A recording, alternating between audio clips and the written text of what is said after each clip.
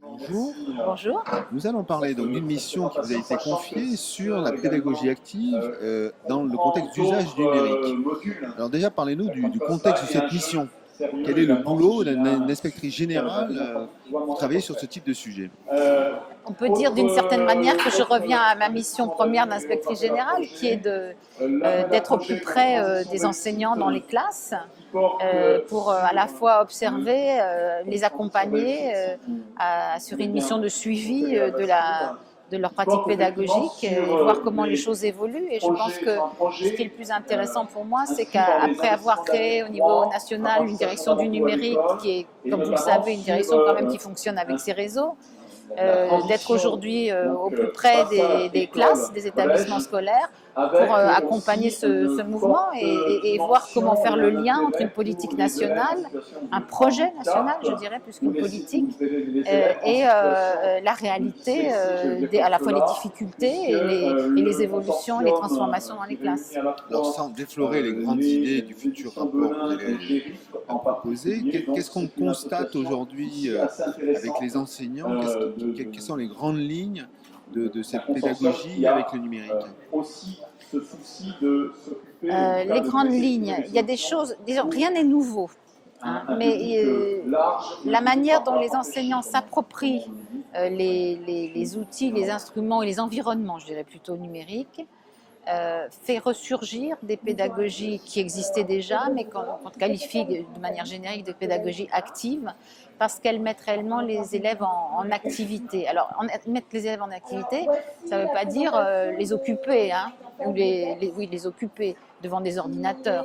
Ça veut dire vraiment les impliquer dans leurs apprentissages, faire en sorte que par eux-mêmes, ils découvrent, ils explorent, on l'a vu tout à l'heure dans les différentes interventions, ils puissent, en tâtonnant, en expérimentant, en manipulant l'objet numérique, eux-mêmes entrer dans une démarche active qui les aide à mieux comprendre le sens de ce qu'ils font, de ce qu'ils apprennent.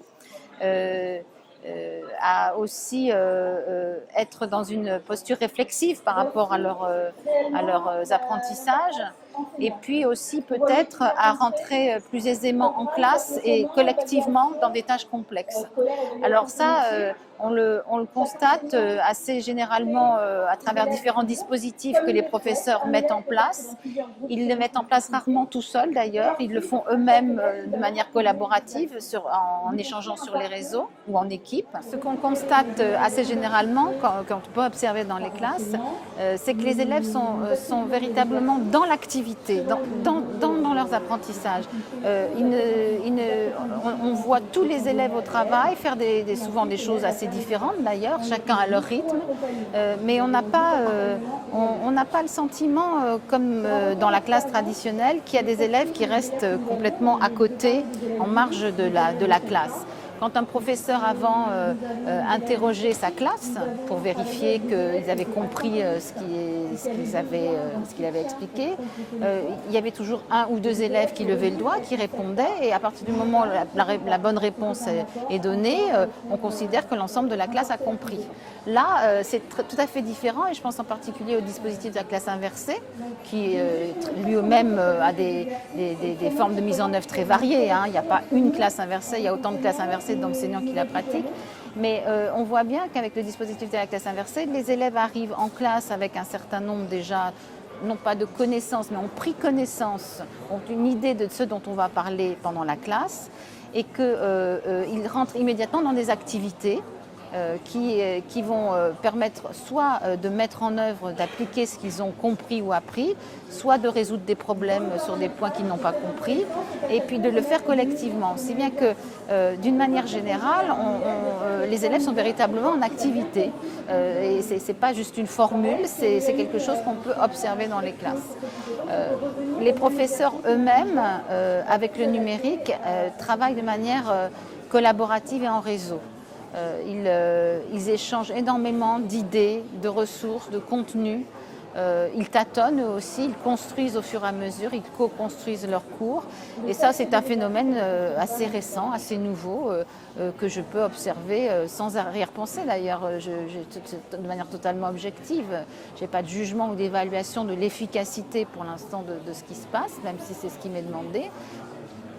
Mais je constate que de manière générale, les professeurs qui travaillent de cette manière-là retrouvent véritablement un plaisir d'enseigner et sont eux-mêmes complètement engagés dans leur mission, se posent toutes sortes de questions, sont en recherche de solutions.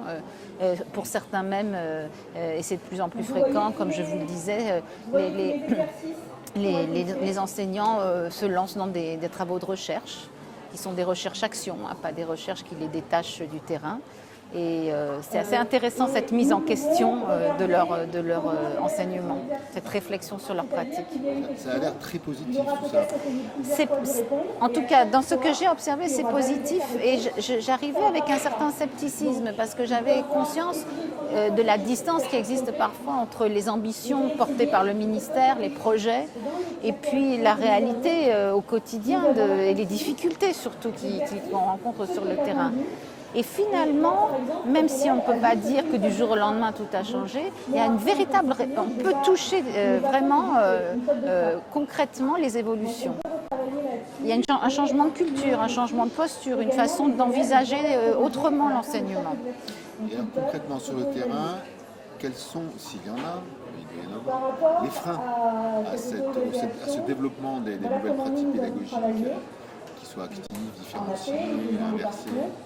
C'est quoi? Parce qu'on a parlé souvent d'équipement, oui. Alors les freins. Alors est-ce que l'équipement est un frein? Bon, il est certain que quand l'équipement ou l'infrastructure ou la connexion n'est pas là, c'est difficile de mettre en œuvre des pratiques numériques. En même temps, des pratiques que je décris, elles n'ont pas forcément besoin du numérique, elles sont facilitées par le numérique, elles sont amplifiées par le numérique, enrichies par le numérique, mais on peut très bien pratiquer la classe inversée, des pédagogies actives sans numérique. C'est d'ailleurs souvent la remarque qui m'est faite, on me dit au fond, mais qu'est-ce que ça a apporté le numérique? Ça apporte que ça facilite considérablement la tâche et que le simple fait aussi que l'enseignant ait à préparer, alors on parle de la capsule, la classe inversée, c'est pas uniquement la capsule vidéo.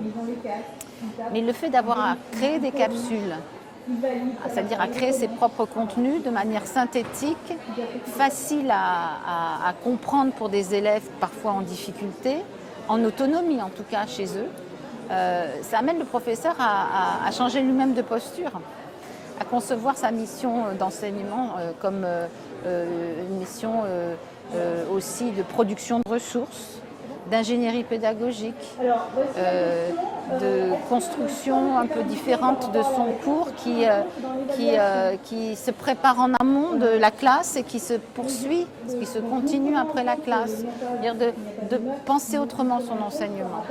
Et donc je crois quand même que c'est lié au numérique ça. Parce que comme on l'a souvent dit et souvent vu, le numérique change l'espace et le temps, c'est-à-dire change à la fois la temporalité des apprentissages, fait tomber les murs de la classe, se conçoit en mobilité, en tout temps, en tout lieu. Et ça, c'est quand même le numérique qui crée ça.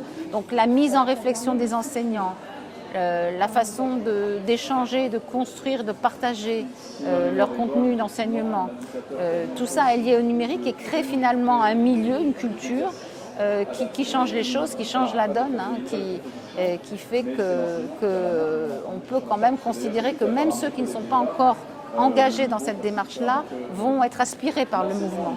Il y a quelque chose qui bouge de manière tangible. Et alors, une dernière, je vous relance un peu sur les freins, mais est-ce que vous avez l'impression que le contexte technique peut être un frein au développement de ça? Oui. Ou est-ce que on peut bidouiller facilement, que quelque part finalement... Si, le contexte technique peut être un frein, à la fois psychologique, parce que certains n'ont pas fait le pas et ont l'impression qu'ils ne savent pas faire, ce qui peut tomber assez vite avec très peu de formation. c'est un frein qui tombe assez vite. Ça peut être un frein réel quand tous les élèves sont sur leur tablette et qu'il n'y a pas de connexion et que ça ne marche pas. Donc ça, évidemment, ça freine. Mais les enseignants qui sont en général des enseignants aguerris contournent le problème et font du numérique sans en faire. Enfin, sans numérique. Donc ça se résout progressivement. Et de toute façon, le plan numérique est fait pour ça.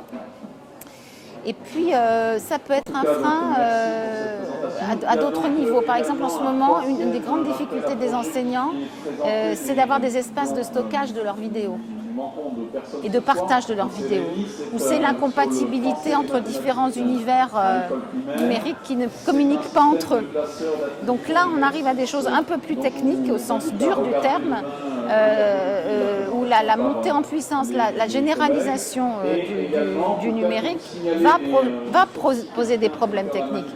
Ils ne sont pas en amont, les problèmes, ils sont demain. Donc là, il y a un questionnement généralisé dans les académies. Partout où je vais, j'entends parler de ces problèmes d'espace de stockage des vidéos, d'échange de vidéos, de la manière de travailler dans des environnements qui sont fermés, qu'on voudrait ouvrir, la question des logiciels libres, pas libres, de la question aussi des accès et de la protection des données personnelles. Ce sont des problématiques liées à la généralisation du numérique en classe, qui sont lourdes et qui sont aussi des freins du coup, pour les enseignants qui ne veulent pas courir de risques et des chefs d'établissement qui craignent de mettre en place des dispositifs qui vont leur poser plus de problèmes que d'avantages. Il y a les parents d'élèves. En fait, c'est une réflexion qui a mené au niveau de l'ensemble de la communauté éducative. Il faut l'accord des parents, il faut la contribution des collectivités, il faut que les DSI et les DAN aillent dans le même sens, libérer les pratiques pédagogiques, mais ne pas les contraindre et les verrouiller par ailleurs. Toutes ces questions-là se posent et s'échangent, se débattent. On est en pleine ébullition là en ce moment.